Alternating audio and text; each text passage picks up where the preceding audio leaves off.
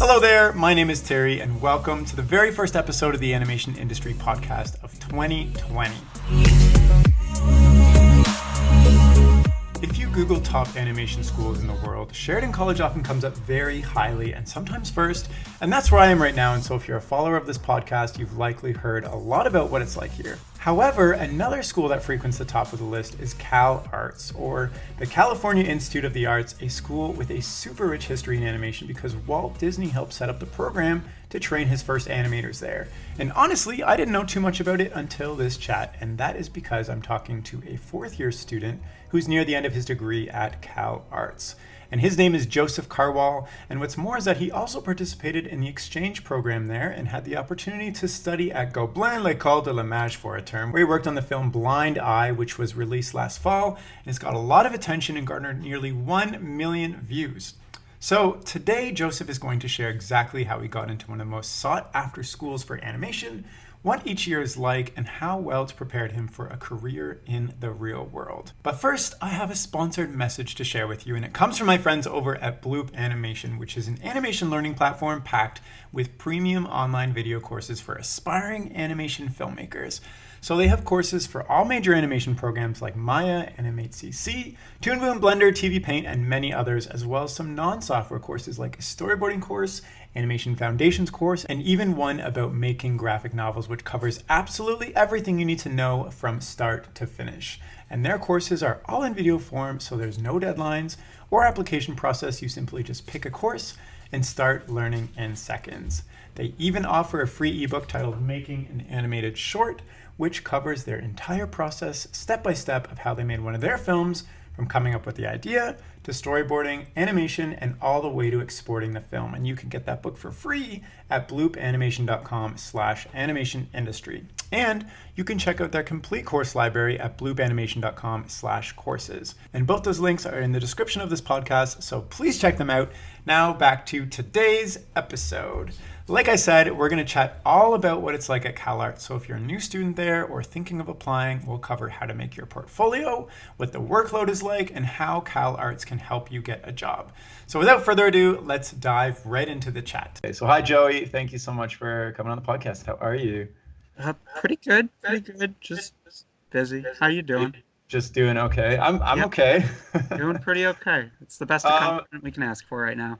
Yeah, so I always like to kind of start off these chats by just kind of giving some context of like who you are and your journey. So like, what was that dream that little Joey had that pushed him to become what Joey is today? Little Joey never had that dream. Little Joey was not a clever child and never even thought that animation was like a thing. Little Joey thought that animation was people in costumes and then running it through some weird... Yeah, I was not... Wait, what? I was not an You thought inquisitive cartoons were child. people in costumes? I was never a smart child. Let's just start this chat off with that one, shall we? No, yeah, I didn't even know animation was a thing till like probably late high school, really after I graduated high school. Wait, but stop. You've seen cartoons before. Yep. I loved cartoons as a kid. So where did you think they came from? Didn't think about it. Okay. Didn't question it. It was not my proudest moment, but yeah, it was later on in life. I was like, oh wow, they draw those like frame by frame. I like drawing. That'd be great. So you had this revelation in high school? Like more after high school, if we're being frank. It was like after I graduated high school, I was in some community colleges, and I would draw with like buddies I made online. And a couple of them were like starting to go into college for animation. I was like, oh my God, that's a thing? Like that's a thing you can do? You just draw and they pay you for it? Like and I don't know. It was kind of a longer process than that. It wasn't like one moment where I was like, this is what I want to do with the rest of my life. It was kind of little things like that added up over time, I guess.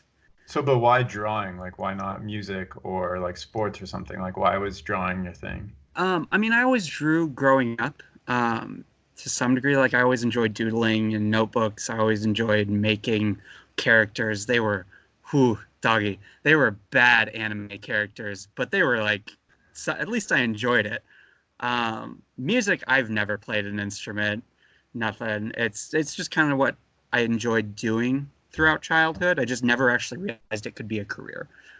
Okay, Um, so you're like in your you're going in your final semester at Calarts, by the way. Congrats.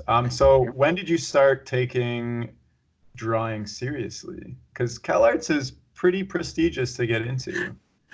Um, as far as like career wise, it was 2014, and I was I think 22 at the time, and I'd been to two different community colleges taking like general education classes, trying to figure out what it is I really wanted to do in life. And again, like I knew animation was a thing by this point, but I was like, huh, maybe that sounds good. It's either like this or psychology, but drawing sounds more fun.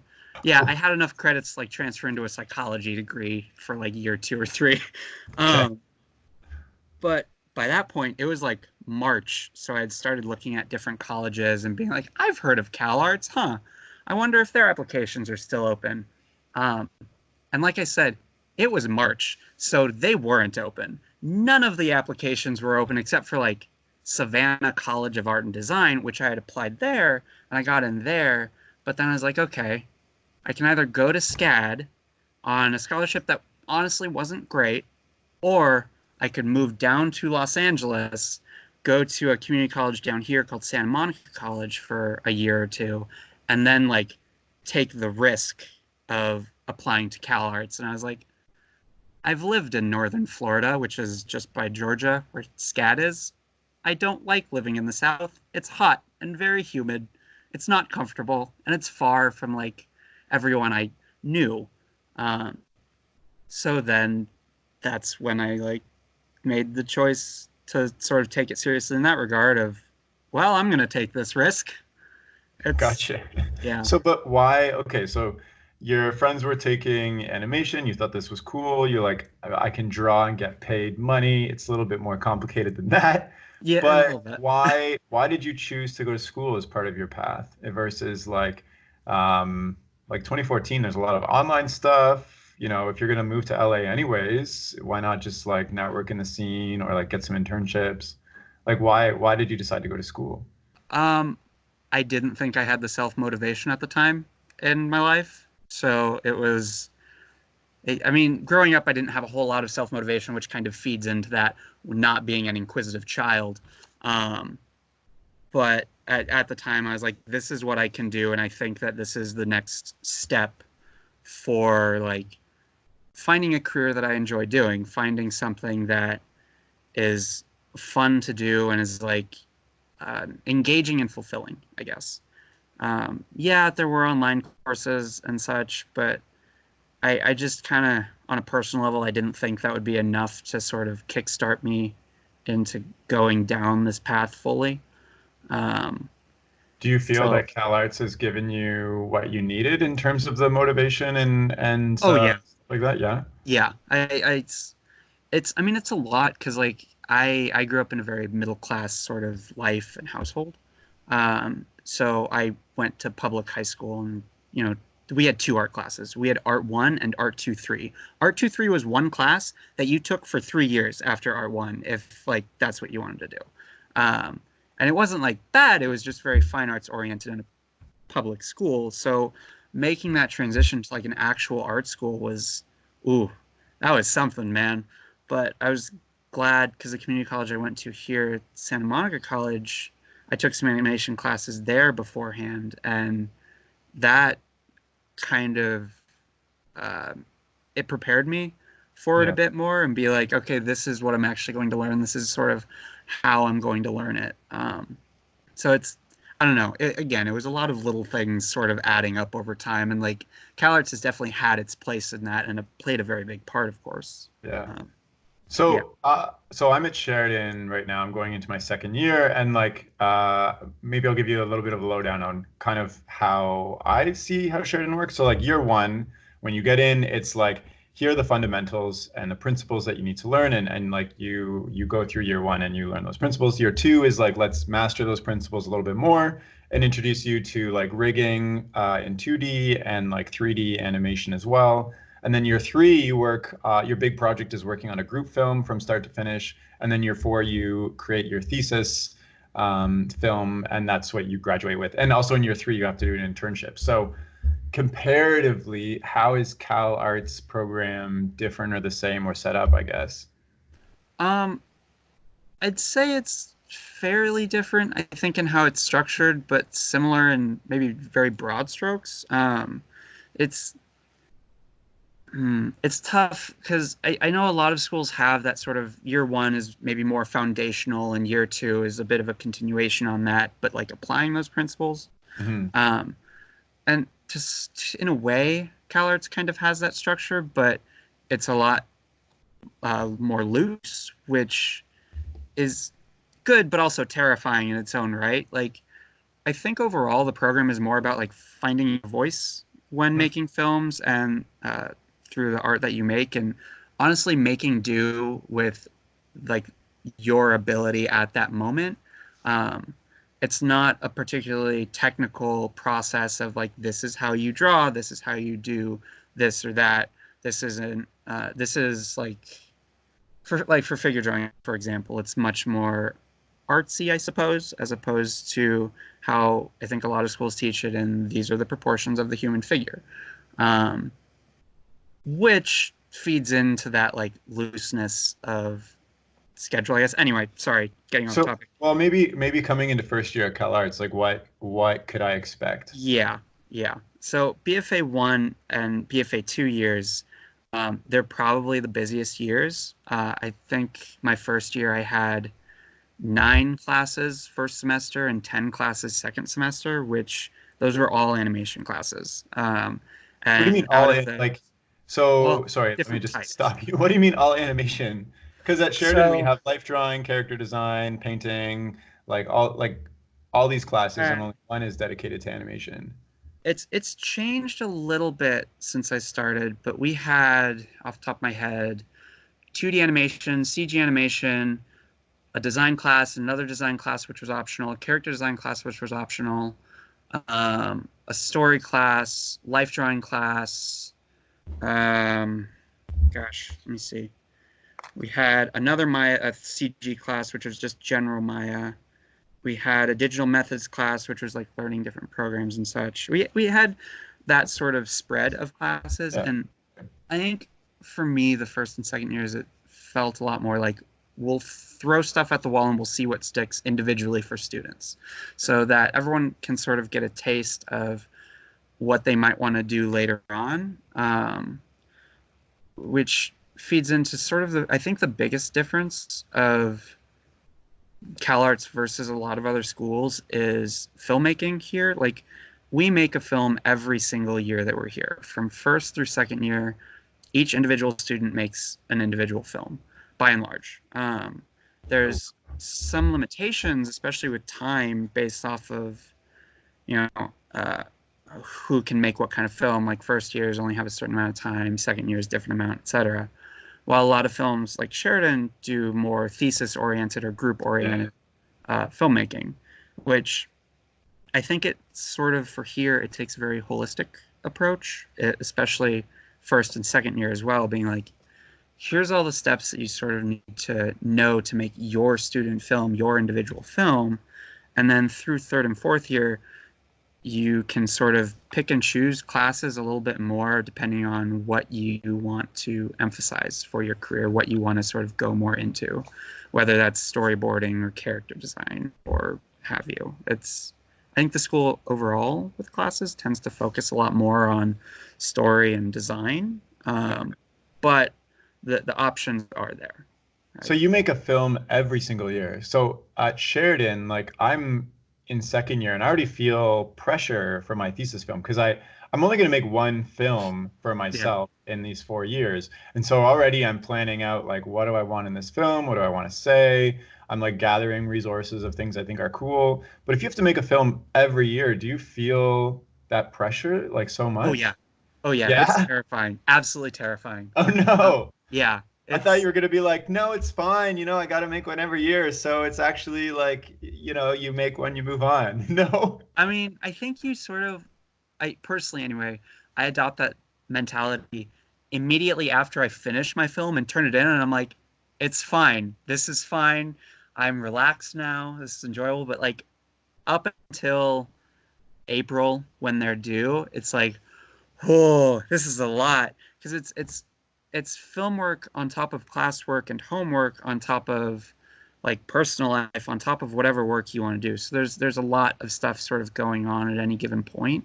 Um, and with how it's structured here, classwork doesn't always translate into film work. So it sort of adds on top of that where it's like, oh, I got about 2 hours to get 5 hours worth of stuff done. Let's get her done. Um, and it's on one hand, it is helpful because it does sort of teach you, I think, to push those limits in yourself and be like, okay, this is how much I can actually get done. This is teaching me how to sort of be efficient with my time, and this is what's needed for this specific thing, whether it's a 2D ball bounce or a film, right? It's you don't have to take the ball bounce all the way to color. It's you're making the most out of it, and it's each year for the film, it's a little bit different in that like first year you come in and you're like, wow, I'm so excited to be here. This is great.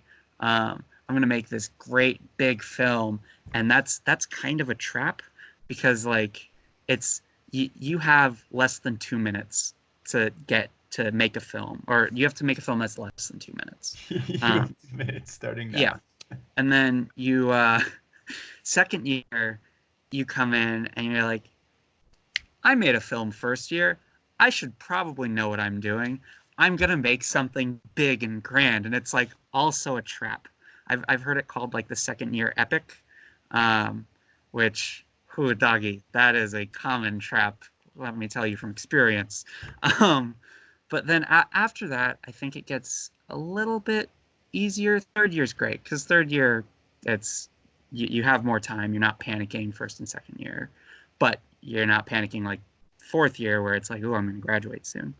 Um, So can you share what each of your films have been about, or like the yeah, style you've chosen or something? Just give a rundown, quick I mean, rundown. my first year film was just sort of my experience coming out of after having worked like retail and going to school at community college to like support myself in Los Angeles. Um, like sort of the monotony about it, and it was very simplistic in its design, but that was a rough year. I had a lot of personal stuff kind of go down where I wasn't sure if I would finish the film, but then I finished the film in the last like fully animated the film in the last week and a half, 2 weeks of the semester before it was due, which was a lot. I was happy with how it turned out, surprisingly enough. But then second year I fell into that like trap of, oh, I want to really push it. I want to like prove that I've learned a lot. And that turned out so terrible that I don't know if anyone has ever actually seen that film since I put it online. But I learned the most from that film. Absolutely the most from So any. success. Yeah, in its own way. In its Just own way. nobody can see it. Exactly. Password protected. Yeah, who doggy. That's a rough one. Learned a lot though. Third year I Okay. didn't finish a film because I went on exchange and worked on Blind Eye, which was wonderful. Like working on a group film, very different, but like wonderful working with other people. And then this year, it's kind of intimidating because it is my final year and all, but I'm making a sad dog film, which I'm actually really happy about making. Weirdly Gosh. enough, so it's great. It's wonderful. Well, you showed me a preview, and I had to call over my dog to give him a hug. So so Perfect. maybe let's talk about the differences. I want to talk about how you got to work on Blind Eye, which is really cool because that's the film that like Gobelins put out, and it's received like it's a really great film. It received a lot of attention too. Oh, yeah. So maybe actually, why don't you just share how you ended up working on that? Because I didn't know Calarts students could work on Yeah. international films like that. For almost, I think, 20 years now, CalArts and Gobelin have had this exchange program between them where um, we pick like two third years from CalArts will go over to Gobelin and work on, usually it's the Annecy shorts, but we have the option of like working in different year levels. And I ended up being in the thesis group after a bit. Um, and then Gobelin sends two students over here so we can sort of get a taste of what it's like for individual versus group films. And it was really nice working on a group film for the first time after having done two individual films. Because it was one, like animation is a collaborative effort, I think, for most Yeah. productions anyway, especially for like big ones, right?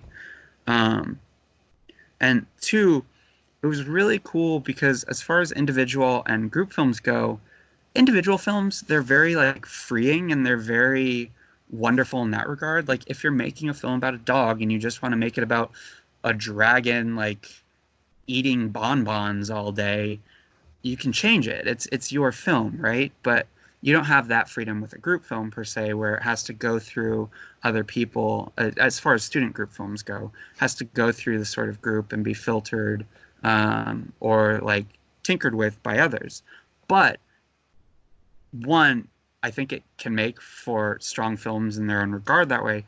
Two, it's not as stressful because if you mess up with an individual film, you messed up and you need to spend however long to fix it, whether that's a couple hours, couple days, couple weeks. While with a group film, it's like if there's something that messes up, it goes through the group, so it's not quite as individually stressful, but also everyone can pitch in to help fix it, which is wonderful. It was a great experience. It's also a very bonding experience, I think, with people if you really dig the group. And I loved working with my group. They were great people. Nice. Um, it was So in an individual film, you like choose all the direction yourself, but in the group film, like where were you getting that direction from? we had one director. Her name was Isabella Litker. She was wonderful. She was funny. Um, but it's still, while she was the director per se, the whole group would make sort of the choice together, and we would all have a voice in that. Um, it was cool because it when I first joined in, I got to sort of work on some of the boards as well and tweak a couple things here and there. So I still felt like I had a hand in like the final product of being like, oh, um, like this specific shot was something I had tweaked or whatnot, and then moving to color script and layout, which because it's a student film, like everyone does have a voice in it because, it's not a film of, oh, you're getting paid to do this, you're getting paid to do that. This is the one thing you do. Because we're students, we all want to have a hand in the final product. We all want it to represent us in some way, which is great. So I don't know, the direction, thankfully we had a loose hierarchy for the group, but it's still something that allowed for all of us to give our opinions and what we wanted to see, right? So you worked on the color script and the storyboards and I worked on some of the boards, which the boards, I think there were three or four of us that all sort of ended up winding our boards together to make the final product. And then uh, color scripts, I did some layout, some background painting, and then like cleaning up animation and coloring and such. I didn't feel comfortable enough like doing actual animation for it. Like it's kind of intimidating. Calarts is an animation school, don't get me wrong, but I think it teaches more the overarching sort of process of animated filmmaking as opposed to strictly animation itself, which every now and then there's two or three people every year level that are like, I want to go into actual animation. That's personally not necessarily me. Uh, so then going to Gobelins, where it's like, ooh, that's it does animation. Like it does strictly like actual animation very thoroughly, very well. It's like I am out of my depth here. This is terrifying. So I I don't know. It was intimidating for me going into that and being like, I'm not sure I can actually animate, but I can do these other things. And I can help so, there. so you kind of mentioned a couple times what you're getting out of Cal Arts. What are the, I guess, main skills that you'd say you're coming out of Cal Arts with? A better understanding of story, especially, and how that can have an impact on every individual part of the animation process, whether it's design or the actual animation or even like post-production. Um, that's, I think CalArts really stresses storytelling as a whole throughout the entire pipeline.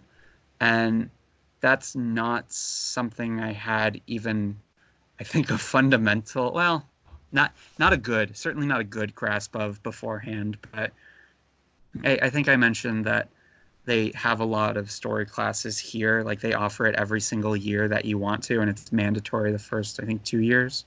Hmm. Um, so being in this sort of environment where everyone really does enjoy telling stories and can sort of help each other improve in that aspect is something that I've really taken away from it.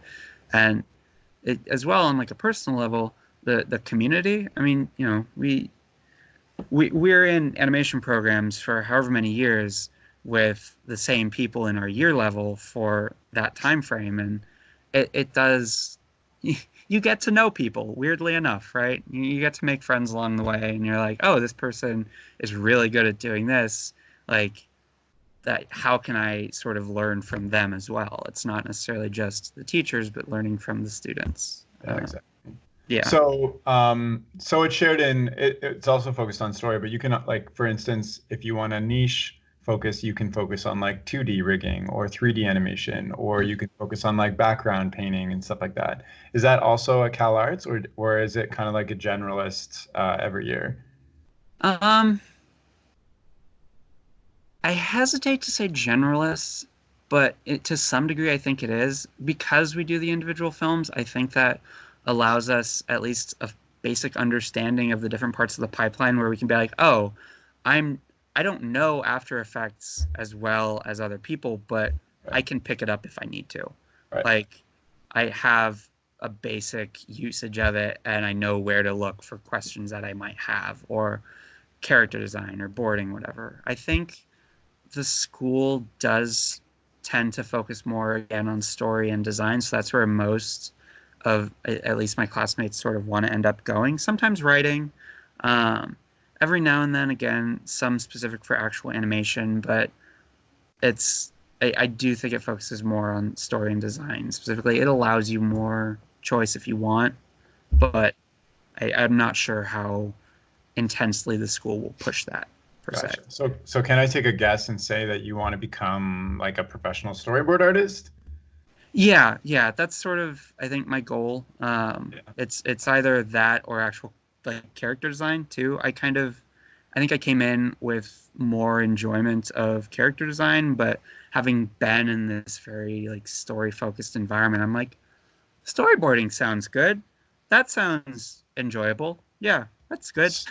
So you're going to be graduating next spring. What role do you think that you're prepared to get into, I guess?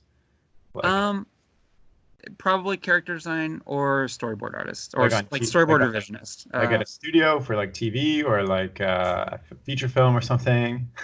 I mean, at the end of the day, I will take any job that pays my student loans. Like, I'm not gonna be super picky.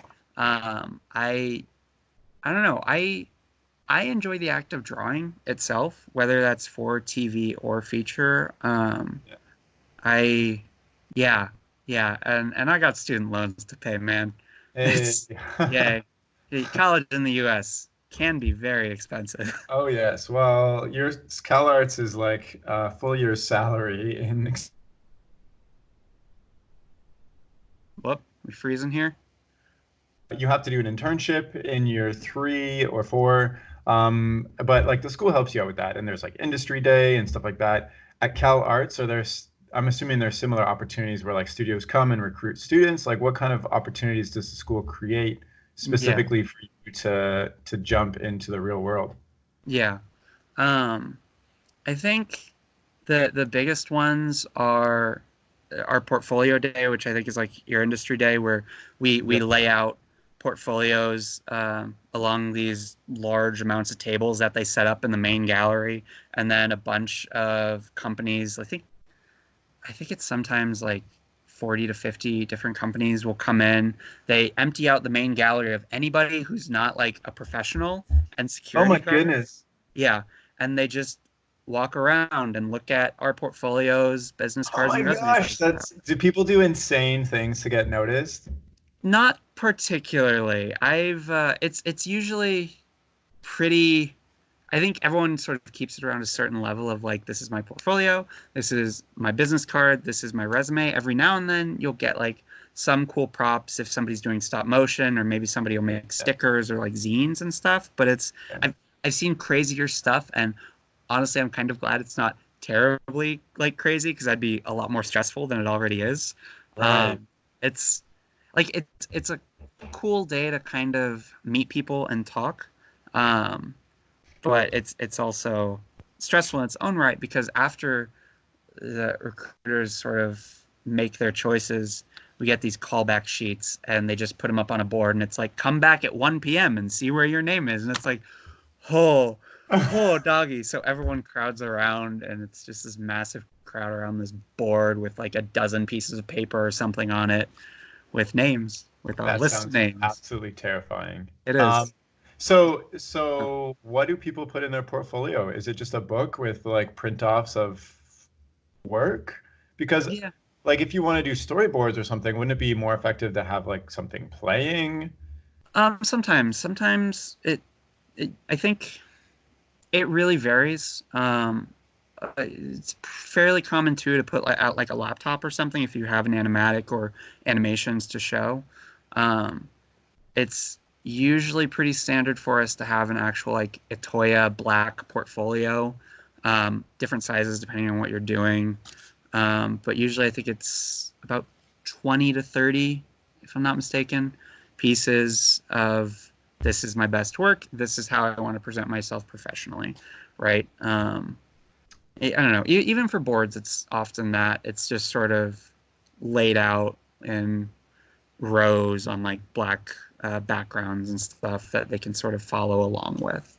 This sounds Uh, ridiculously stressful, but from it like an is. employer stand of view, it would be so much fun to just go in and look at everybody's work and like openly judge it without them being there. it's it's scary, man. Yeah. Oh I, my gosh. gr- Granted, I obviously only know the student side of it, but like Right. first year portfolio day for me went fairly well. I got But you like, do it every year. yeah, it's not mandatory, so people don't have to do Oh it. my But like gosh. personally, it's something that I've wanted to do every year because it's something I sort of wanted to work toward. Um, but it's my first year I did it. I think I got 5 or 6 callbacks, I Oh think, wow. which I was really happy with. And then second year I got like 2 and had a mild panic attack, and immediately Getting went to less of getting computer labs worse. after and was like, I need to change everything, which not something I would recommend to people, but it did help. Throwing it out. Wait, so you got callbacks. What does that mean for you? So it means like whatever company it was, big, medium, small, had put your name down on the list of people they wanted to talk to. People that are like, hey, you might be a good fit for our studio at some point. You might look at applying. I will say it's not always the most helpful for getting an actual like internship per se, because of the Right. timing of the year. Internship deadlines are usually pretty early on for us comparative to, Yeah. but it's a really good way to sort of meet people and be like, oh, this might be a good like thing to look at down the road, right?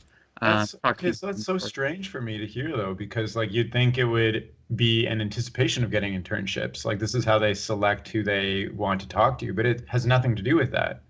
I think it's I think ideally it does, but realistically, it's just that the deadlines are so early on for our semester. Because a lot of internship deadlines, I think, are like January and Yeah. February, Yeah. which that's sort of right when our second semester is beginning.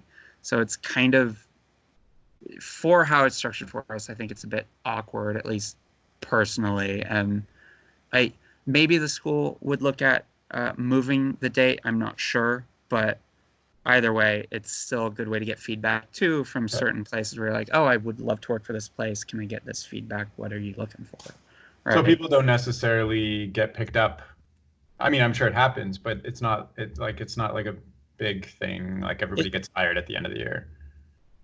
it does happen. It's not like everybody gets hired kind of thing.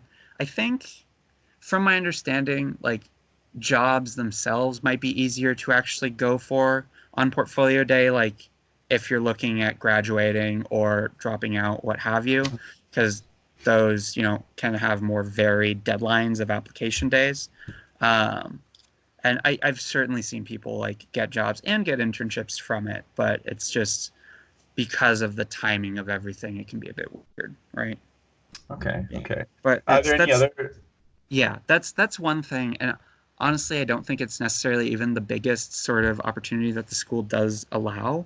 Okay. Um, there's a couple more. One being like our open show, which is if you make a film and you submit it to the open show, it's going to play. It's an 8 to 9 hour day of just watching all the student animation films in the main gallery, which I've gone first and second year when I was here for it. It's long, but it's like, wow, this is crazy seeing like all the work that my classmates have put into this.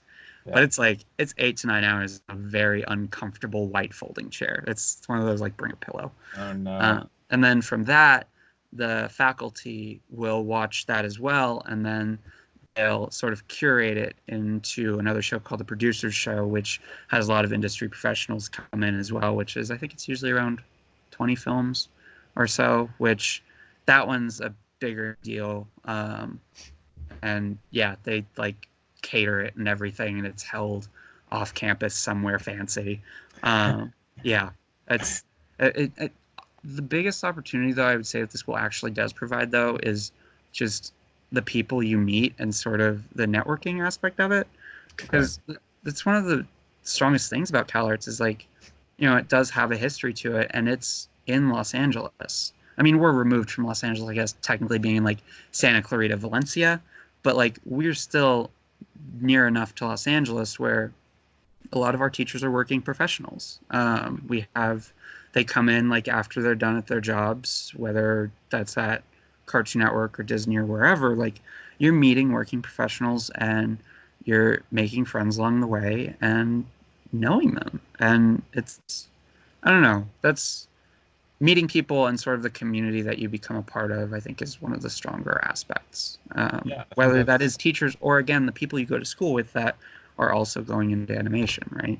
nice. So you frequently have, I guess, professionals come in and like chat with you guys and like do Yeah. talks and stuff. Okay, cool. Yeah. We also, on top of all that, we usually have like a weekly talk for professionals from various aspects of animation coming in, whether that's somebody writing for TV or directing a feature or a producer or what have you. Yeah. Even like sometimes live action people, right?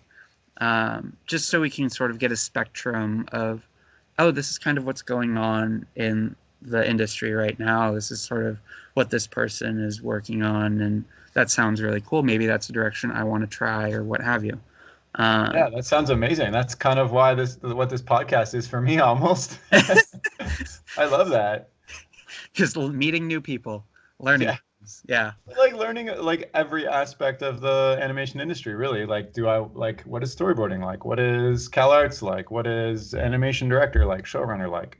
Yeah. Voice acting like, etc. Like it's Yeah. great. So I mean, it's really cool in that regard because that is also, again, part of the sort of community that you become a part of when you're here is meeting these people and like hearing what they have to say and, you know, finding out about what they do and something Yeah.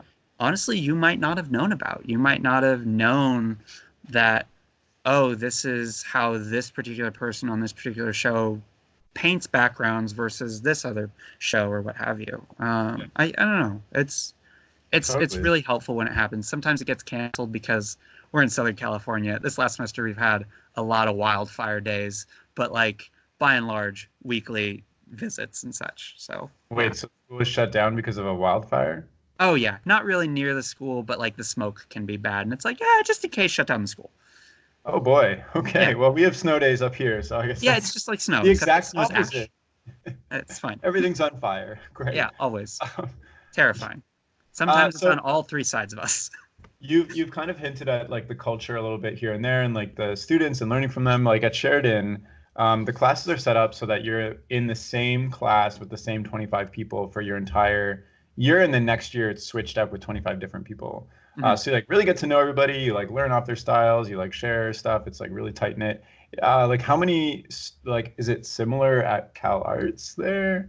That sounds pretty similar. We have each year level has a different amount of students that sort of come into the program. Like when I started, I think we had about 40 something people in our year Oh, level. okay. But then that's broken up down into like two different sections. So then you're with that 20, 25 people for that whole year. And then next year they sort of shuffle up the sections, right? Gotcha. Yeah. Uh, it can vary how many people come in. Like some years it's been like 60 people, which is a lot. But it's, I don't know. You don't necessarily stay with the same people because there's also a lot of people that sort of leave Calarts early for one reason or another. Sometimes it's like, oh, they found work, like that, Yeah. that's they're good, right? I think right now my class size is like 20 something, like total. So it's Total people in your year. Wow. yeah, yeah. Sheridan, there's 100 and I think there's like about 150 people in second year. Wow. And Is that for I specifically animation? yeah, just the animation program. Wow. Okay. So there's I think there's about 100 to 150 people in every year. So quite a few more That's actually. huge. Wow. Yeah. I And thought like I think 30 to that's 50 was big. well, I come from like I have a business degree where there were like thousands at the in the first year, and then by the end there was like 300 people, and I thought that was Crazy. like small because you know everybody. Yeah. Um, so you've talked about like crazy workload and like like figuring out your voice and all these things. What is the biggest challenge I think? Sorry, that you think that you faced through these 4 years, coming in from like not having direction or motivation, as you said, doing all these films and projects and like meeting people and having all these crazy opportunities. Like, what has been the biggest challenge for you going through this whole experience? Uh, Learning like storytelling and filmmaking. I mean, Yeah. I know maybe that sounds vague, but like again, I didn't really come from that artistic of a background growing up. Again, I thought animation was just people in suits. What? I was not a smart child. I'm gonna But remember this and be like, yeah, I know somebody who thought that cartoons were people in suits. I hey, it's a funny story. I'll be the first to admit. Not Here's your again, thesis not film my idea. proudest moment in life. A long moment in life, I guess, but whatever.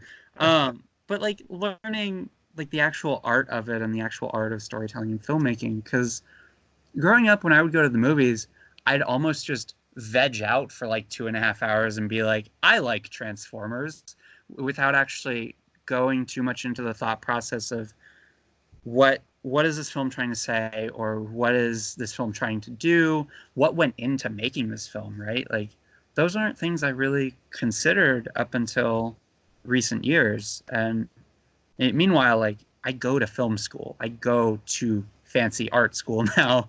It's like this is how a lot of my classmates have always sort of thought about film.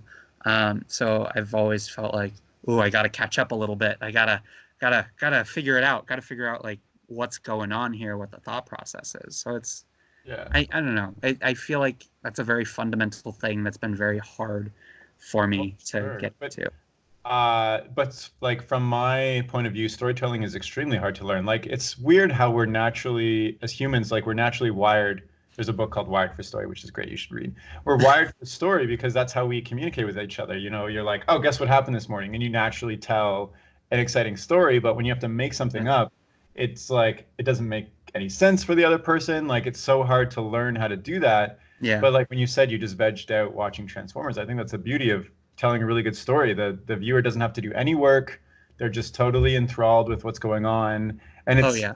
it's like Yeah. when you know a story isn't good is when you have to start mentally like figuring out what's going on yourself as the viewer and connecting the dots, I guess. Well, So I think part of it too is like a taking the viewer on that sort of journey through your yeah, film or through your story, but also having a substance there that they can look at later and be like, oh wow, there was like so much more here that like it made this great foundation. Like I've seen Knives Out. Um, I would strongly recommend it. Like I've seen it twice now. Um, Trailer wasn't great.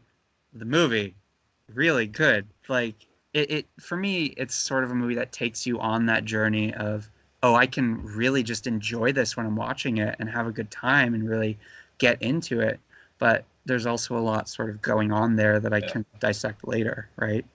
I think Um, those are for me, like those are the best films, is when I yeah. can't stop thinking about it later and I need to go on like the Reddit discussion forum to like figure out what other people are thinking about it Yeah, too. yeah. Like you go on and you're just like the second post is exactly what you're thinking. I'm like, I knew it. I was right. I was right. And then somebody else after brings up this one thing that you didn't think of, and you're like, oh my God, they're right. So good. Exactly. Well, I want to make stuff like that because that'd be super cool. Yeah. So one thing we didn't chat about at all is how did you even get into Cal Arts? So I think you got into Cal Arts on your first try, right? Yeah. Yeah. Actually, we didn't even talk about what you were doing beforehand. So you're working in, I think I recall you saying you're working in retail, Yeah. and then Yeah. you reached like a moment where well, maybe you should just talk about this. I mean, I when I first moved down to Los Angeles, I saved up like $3,000 and I packed up everything I owned into my 1992 Chevy S10 Blazer and I put my little dog in the front seat, and I had a room down here, but I didn't have much else. Like I didn't have a bed. I slept on thin, like not even a camping pad, but like outdoor furniture pads for 2 months. And I didn't have any furniture till then, but I was like, okay, I need to find a job. Like so I found a retail job working at Costco, and I worked there for almost 2 years, which not great. Didn't really enjoy retail as a whole. But then I also attended Santa Monica College, um, for about that same time frame as a full-time student. So I was working uh, 30 to 40 hours a day in an electronics department at Costco. 40 Uh, hours a day, eh? or sorry, a week. A week? A week. Yeah, yes, I've stopped time. That's Costco is surprisingly good that way. Um, but like 30 to 40 hours a week, and then I was a full-time student at SMC. Um, and again, I kind of had a goal of applying to CalArts and trying to get in after a year or two of being in LA. And I did it after about 2 years of being here. But I think part of that was a big part of that was this idea for me of one day I'm going to be 65 years old anyway. One day I'm going to be looking at hopefully retiring and, to a cabin out in the middle of the woods or something. And do I want to look back on my life and have been like, yes, I made all the safe choices. Uh, I checked all the boxes. I was a manager here. I did this or that, whatever. Or do I want to look back on my life and be like, damn, 65 years well spent. Like, it's, yeah. And, it's not to say that animation doesn't have hard work in it. Of course it does. Like, there's so much hard work. It's so difficult. But, it's something I enjoy. I think it's something that a lot of people going into it enjoy on some level. Oh, sure. And I wanted to make that change because I wanted to enjoy what I was doing. I saw a lot of people at Costco who they'd worked there for 20 years, and they talked about retiring in 10 years as if 10 years was in a week or something, and that's personally not what I wanted for myself. There's nothing wrong with it. That's not what I'm saying, but it's just not what I wanted to do, right? Yeah, I mean, it's a tough thing to do. One, because it's a risk. Like all my loans are on me, man. Those are loans I got to pay back. And it's tough because it's not a path that is always available, right? Like you have to work with what you got, and there's a lot of luck involved in going down that route. Yeah, I sorry if remember, that got away no, from the I question. love that. That's awesome. Just the luck thing. I remember I was at a marketing conference Yeah. for my old career, and weirdly enough, they had Mark Hamill speak as one of the like Uh, headliners in the main okay. conference. And the one thing I remember he said, because somebody asked him like, how did you, like, what is your advice? Like, how did you end up as Luke Skywalker out of everybody? Like, you got so lucky. And his piece of advice was, yeah, I got lucky, but like if you never spin the wheel, you'll never get lucky. So he's Yeah. like, many people don't even bother spinning the wheel because luck is so rare. But Yeah. he said like I just keep spinning the wheel over and over and over again because it's bound to happen at some point. So I Yeah. like to think about that all the time because it's like what I'm doing now. I feel the same way as you, like student loans, like taking big risks, all this stuff.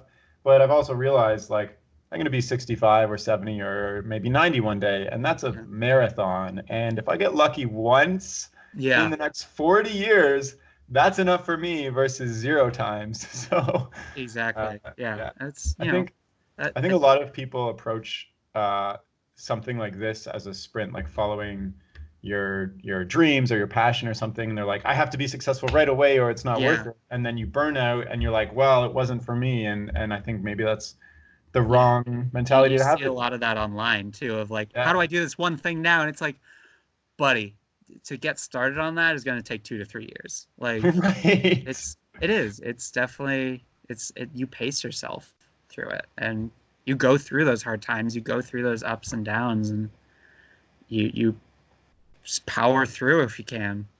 So, why did you get into CalArts on your first try? Um, so this is part of luck. Like, yes, it takes hard work and it takes spinning the wheel, but I got very lucky too going to SMC.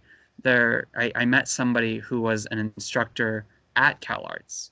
So I was able to get feedback on my portfolio from this person. And like, I honestly do not think I would have been able to get in without some sort of feedback. Oh, for sure. Um, Yeah.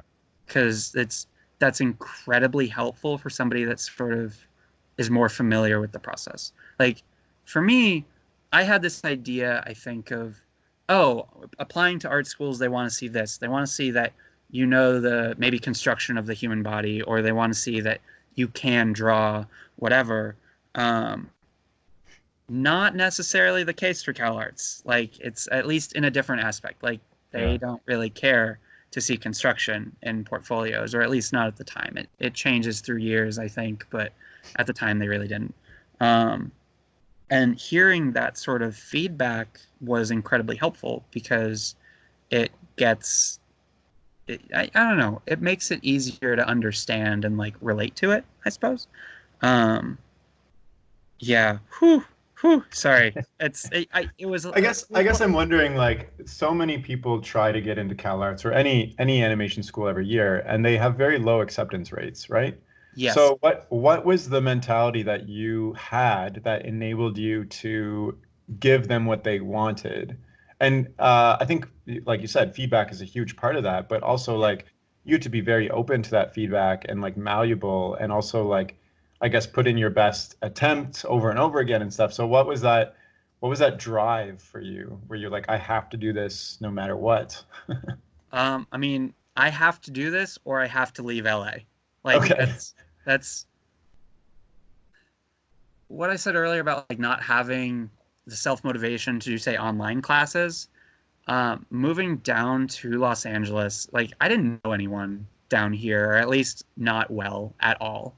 Um, and moving down to Los Angeles was sort of me putting my back to the wall and being like, okay, this has to work, or I will live like this life of maybe not feeling fulfilled for myself.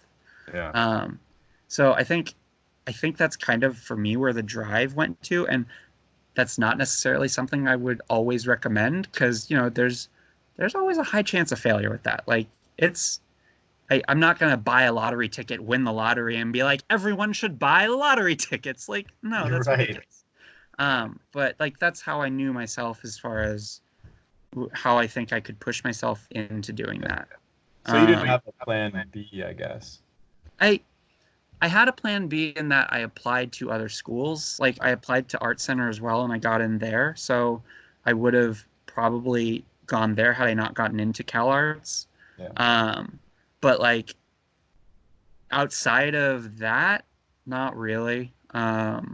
It's which that that's something I would strongly recommend if ever somebody's like wanting to strive to go into CalArts, like have some sort of backup school, like have something like that. Because like you said, acceptance rates are low, and a lot of the acceptance rates that people see online are for the school as a whole, which is still like I think 25%, 20%, something like that. For character animation, it's lower. For character animation, it's single digits because so many people apply specifically to this program. So it's being like, oh, I'm only going to apply to this one place. Like, nah, man, look out for yourself. Like, look out for your future and be like, okay, if this doesn't work out, what can I do from there? It's Well, so I bought in a lot to being like, okay, this is what I'm going to strive for. But there was still something I could fall back on in some way or another, right? I like how you said you're not motivated, but then you like pushed yourself to move to a different city, apply to like the most prestigious school in the world. It's that No, like it's like for me, it's like okay, if you have to make a jump, like a leap of faith kind of thing, and you're like, okay, I'm gonna count to three, and then I'm gonna run and I'm gonna jump. Like personally, that doesn't work because then when I count to three, I just get in my own head and I'm like, oh God, what if something goes wrong? What if I do this? What if I do that? What if this doesn't happen?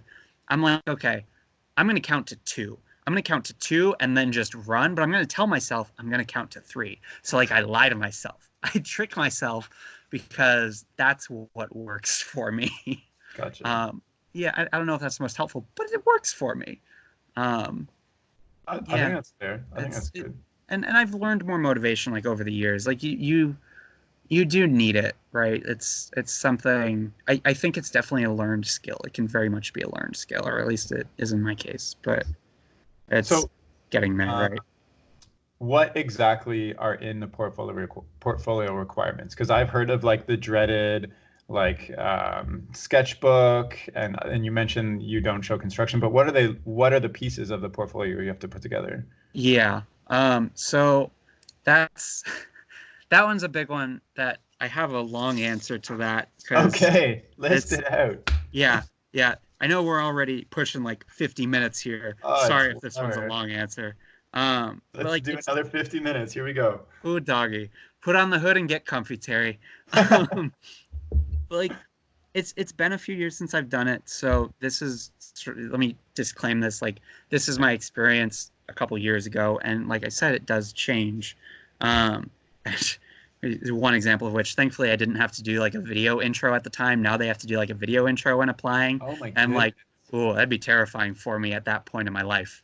Um, but yeah, it's I think the toughest part of the portfolio thing is that it's a group of faculty members looking through each portfolio. So it's not any one person or any like even two or three people. It's various faculty members. So people are giving such different sort of feedback and opinions on, oh, this is what I think of this portfolio, this is what I think of that.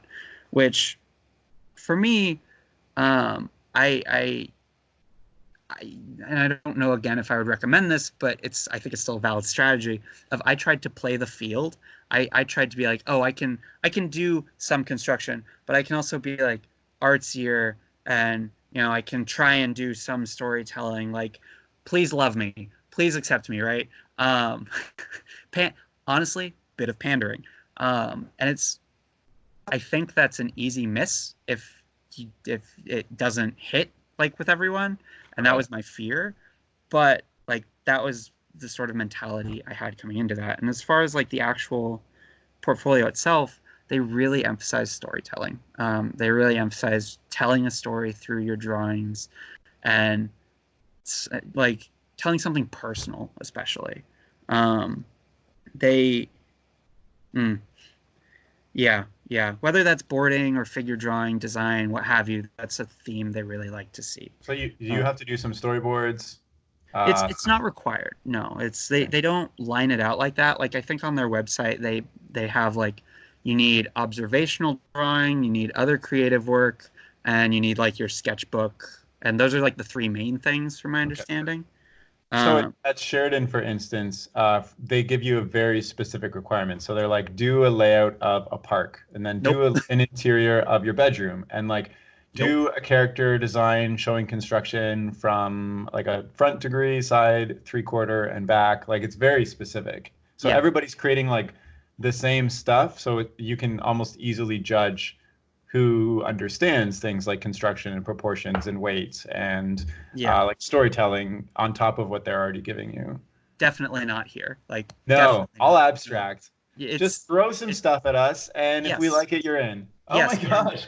it's I'd lose my mind. I'd be like, I don't know what to include. No, I don't yeah. know. Well, that's why like for me having that feedback was so helpful. That's why Yeah. like I honestly don't think I would have gotten in had I not had someone who had a better idea than me of like what the school looks for, at least conveying that information to me in some way, right? Yeah. Um, and it's because it's tough. I remember doing sketchbooks and the sketchbook, which fun fact about sketchbook requirement, you don't have to only do one sketchbook. You can send in as many as you want. I sent in two. I kept two sketchbooks. I kept one for like, okay, I'm gonna warm up in the sketchbook. I'm gonna like make sure I can draw, make sure whatever I put out isn't terrible. And then this other sketchbook is for when I'm warmed up, I can put something nice in. But like if I like them both, I can submit them both, right? Yeah. So I ended up submitting both of them, which honestly probably helped. Um, so I don't know. There's a lot of little hidden things with it where it's like, oh, I can do that? Like collage is a great way to cover up a bad page in a sketchbook. It is wonderful. Like concrete little tip there, collage helps. Or like paint over it black and be like, it's just I'm gonna take a white gel pen to this now. It's good. But like I guess as far as the actual requirements go, like for life drawing, they really like to see what they call observational drawing, which is not construction. Like they art Calarts character animation at Calarts, I think, is probably the most commercial program of the degrees here, and it's very much more geared toward like the school as a whole is very much geared toward like fine arts and whatnot. Um, and because of that, character animation too has those sort of mentalities. So they like to see much more artsy sort of life drawing. Okay. Um, I'd almost recommend like don't look at Andrew Loomis or probably not Hogarth or anything quite like that. Um, and look into like Egon Schiele, Lucian Freud, of course, like Picasso and stuff. Like people that I think they make almost caricatures of the models, not like a zoo caricature, not like a zoo caricature, but something artsy. Um, yeah, something maybe expressive. Expressive is a good way to put it. So Uh, okay, so I think this is all good, and I'm just wondering, so you said you got lucky with being able to get the right kind of feedback on your yeah. portfolio. How can somebody who I guess is applying right now or thinking about it, how can they find the right kind of feedback on their portfolio? One of the things I'd really recommend to anyone applying is like look at recent applications and look at or like specific recent applications both accepted and rejected. Um, look at stuff within the last couple years, like last 3 maybe 4 years, because I think that can give a good idea of oh this is what accepted portfolios are doing now, or this person was rejected. I wonder why would that be? Um, I mean, you can look at older ones too, but I think I think every couple of years there's sort of a fad in applications. Like I remember a while back it was like figure drawings with like a solid block of color behind them. And I think a lot of people would do that just because they would see other people doing that and be like, "Oh, that's what they're looking for." And that's kind of again a trap. Um, it's not to say it doesn't help, but it's like there's always a purpose behind the people who first do it, I guess. Or single line drawings was a big thing I like bought into when I was applying, which I think is maybe faded now. Of like you never pick up the pen from the paper, right? When you Right. go to a cafe and you draw a crowded cafe like that. Um, but I think looking at recent ones, it can give you an idea into the trends and be like, okay, maybe this is where it's going. Maybe this is something I can try versus stuff that's maybe too ingrained. Like, again, the figure drawings with solid blocks of color, which I'm not saying is inherently bad, but it's like there should be a purpose behind it. That's probably one of the most helpful things, along with for rejected ones, like why were they rejected? There have been beautiful applications I've seen online that didn't get in, and sometimes it's because the sketchbook was like illustrative. Ah, Uh, it was like this full, complete artwork, and it's like it's gorgeous and it's stunning.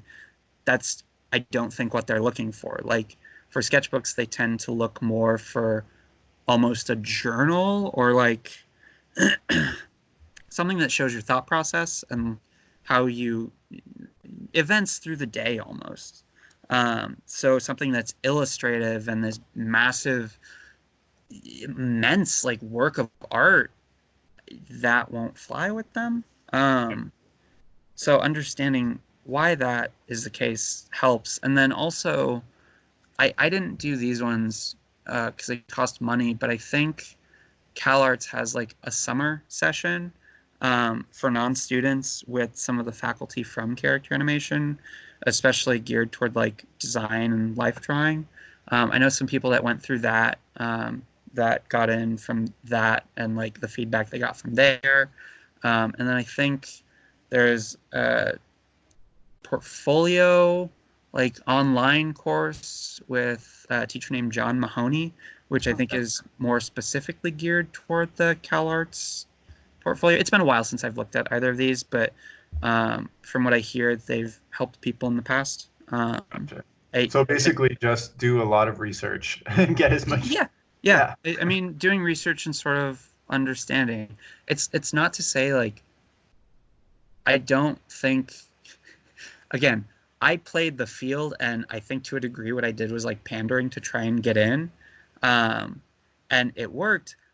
The reason I don't recommend that is because I think they tend to focus more on, oh, this person has a clear voice. Like this is what this person does. And it's one, that's really hard to put in a portfolio.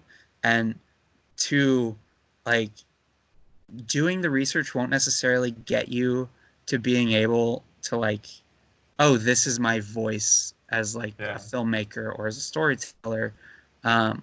But it can at least give you an idea of what other people are looking at trying to apply into their own work. And well, you said in your own, I guess, now that you've been through the degree, a large part of that was finding your voice and story and stuff like that too. So yeah, maybe it's more about the potential than somebody. Yeah, you're right. Sorry, it's about the potential of it. Like that's very much it. But I mean that's a hard thing to show. Yeah. It's so harsh. Yeah. So so thanks for all that portfolio advice. I think that's awesome. And I think like I know how helpful that is to hear because like when I was applying to Sheridan, I would just scour the internet for hours looking for every possible portfolio I could find and like every piece of advice, period. So it's like super helpful for that. So I hope that helps out some people. So you're almost done. You want to get into storyboarding, but what's next for you? Like, what's your big next step other than I guess finishing your film? Finishing my film is number one on that list, Terry. Oh, okay. All right. Never mind. Goodbye. After that though, it's like finding work, preferably staying in Los Angeles. I'd really like union work would be great, but again, gladly anything. And just sort of being able to breathe a little bit and I think stabilize everything going on at any point and be like, okay, this is my path maybe forward. But that's like anywhere from 2 to 10 year plan of like, this is what I need to do in that time frame. Right. Otherwise for now, it's just enjoying film and enjoying finishing film and really enjoying my final year because it is, it's stressful, but I want to enjoy it too. Gotta carve out the time. There is like a balance I realized in my own work of like, you can like take the perfectionist route to the nth degree and stress yourself out and not have fun. So finding like a good balance between like being proud of your work and having fun is like, I think that's hard, but it's achievable and it's like a good mental state to be in. So and that was like first and second year especially, we're like, oh god, I am way too stressed for all this. Like school's open 24/7. I need to always go work. Like there's always this nagging feeling at the back of my neck being like, hey, you're lying in bed for an hour, you could be working. Like but that was a really cool thing about Gobelins was like they closed, like their school closed at like 8 p.m. except during crunch time, and like we had weekends off. Like that was That's great. crazy to me. They Did you work? almost forced Do balance it do that way. students like go and work on their projects during those weekends, like at home? Oh yeah, yeah. Oh, I mean I know I did too, but it's still it really forced at least to some degree, like, no, go have a life, go like explore Paris, go on take a wow. train somewhere. It's Um, just take a yeah, trip. it was crazy.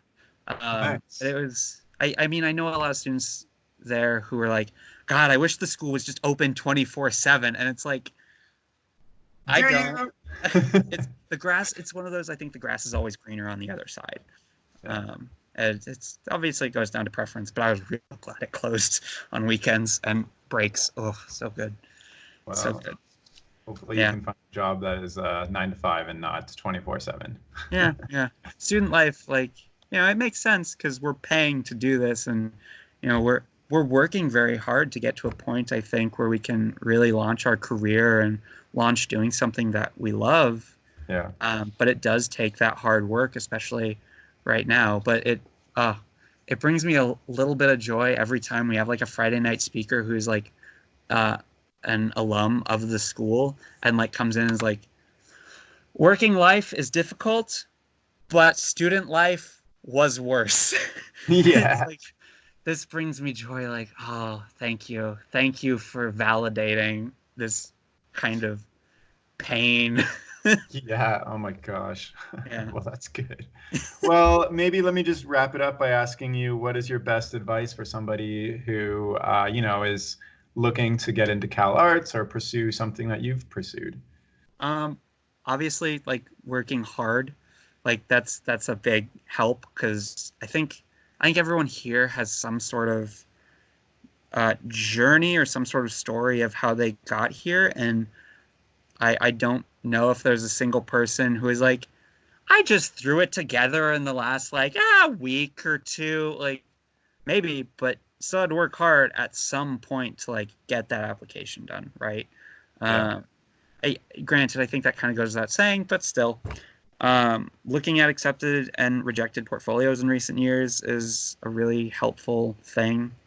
Um, and then, like, talking to school admissions officers can be really helpful too, because school admissions officers, like, it's their job to say, oh, hey, this is kind of the direction that character animation likes to see in their portfolios.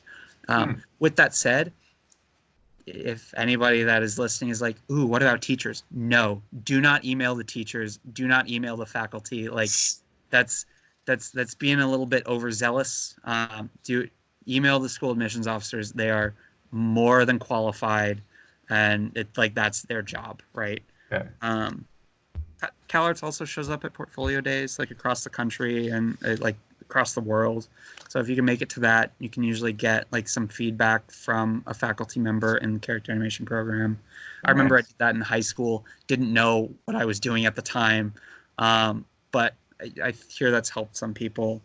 And then like the summer session and the portfolio prep class that I mentioned, but cost money, can I think help people.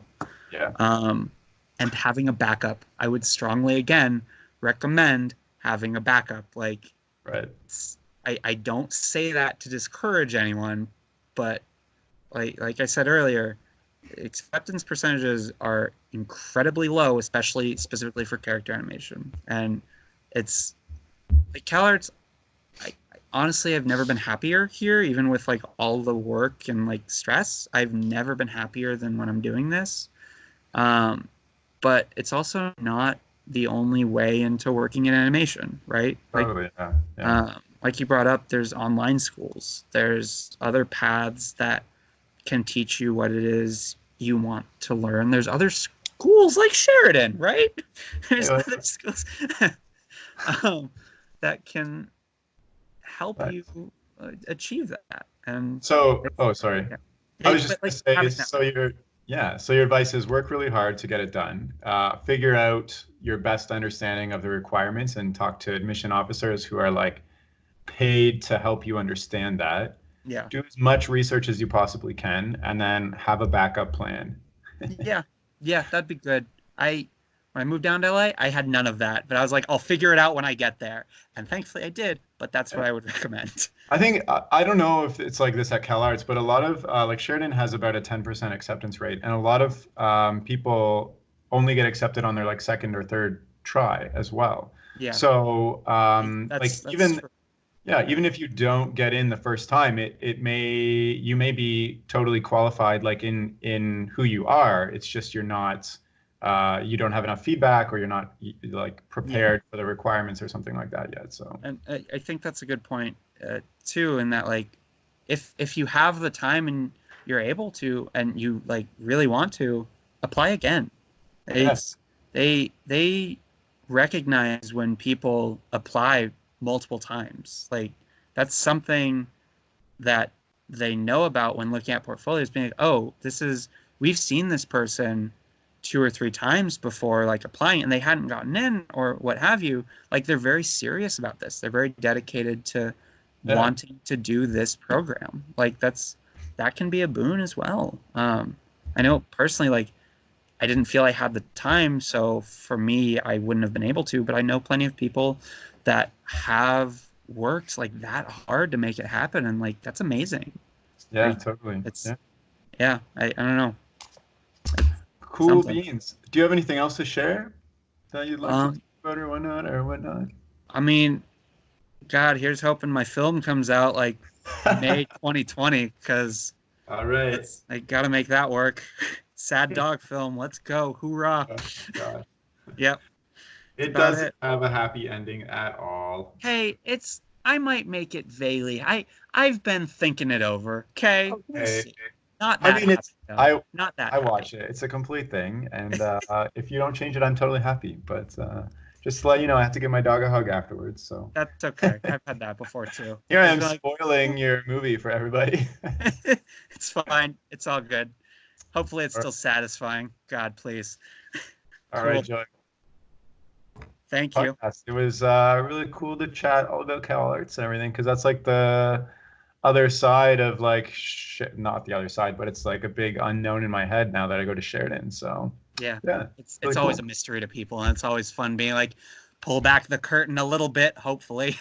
Yeah, yeah, no, it's great. And so if you're listening and you want to follow Joey's work or watch when his student film comes out or whatnot, and or get in touch with him or whatever, you can check out his Instagram, which is Joe Karts, and I'll include that link in the description. Also, he's got his portfolio on Tumblr, so I'm gonna put that up there as well because it's got some pretty cool stuff in there. And that's all for now. Thank you so much for listening. Okay, bye.